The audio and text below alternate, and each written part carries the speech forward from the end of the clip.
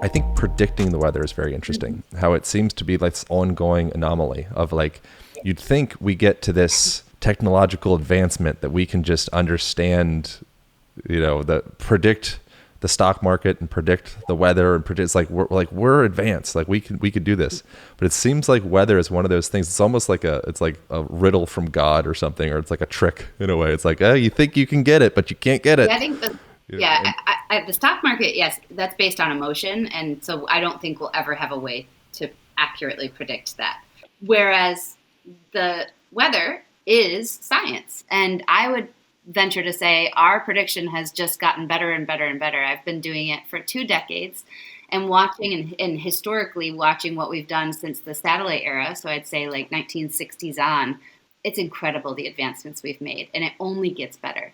The one thing that we're missing, and perhaps is the perception, on your end and lots of people, is the accurate communication. We saw this happen with the science of medicine during COVID.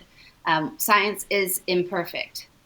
We know a lot more about weather within the next 72 hours than we do the next 10 days. So we need to, that's more what I mean is the we got it today, tomorrow, the next day, but then in a week, it seems tough to crack that. There's just too many variables. Well, but there aren't. What it comes down to, and you're not going to like this answer, is money. Yeah. So we need money to be able to put observation sites in the Pacific Ocean. The reason we get 3-day forecasts that are really good, especially like here, I would say, or somewhere where you've got a whole United States for the weather to get across, because we have observations all across. We have them all up and down. We've got this like perfect profile, and we've spent a lot of money in the United States. I mean, I think I'm greedy for weather forecasting, and I think we can save more lives if we do more. But that's really what would change it, is if we got more observation, we had more, weather balloons sending radiosondes that we send up, we'd get that profile over the whole Pacific Ocean. We don't have that. It's like a big vacuum right now of information. So we have the satellite, we can kind of get a concept of what's happening, where things are moving, but we don't have that like detail. When you put bad information in a computer model or incomplete information, you're going to get a not great outcome. So I think that is one thing that it's not as fun as like Mother Nature playing a trick.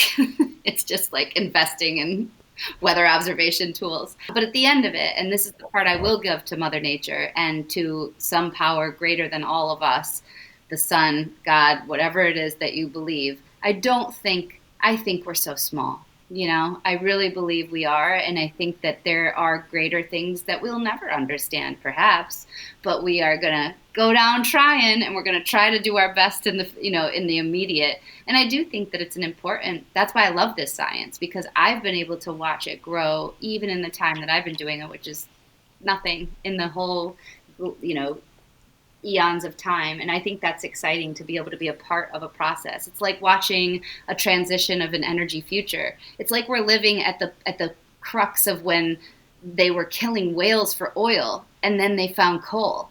That's an exciting time. It's like when Henry Ford brought the Model T and made it a price that people could afford. We're doing that with electric vehicles and perhaps fuel cells. Like, we're at a very exciting time. And I think that if you embrace those parts too, at least for me, that makes the future of weather forecasting very exciting. All right. So the analogy that comes up in my mind is it seems like the more we invest in going into the abyss and into like the blank spaces, the unwritten pages of ourselves or of the planet, the greater understanding and predictability and relationship we can have to the upcoming events and relation to, our present, et cetera, et cetera. Yeah. Is that okay analogy? Yes.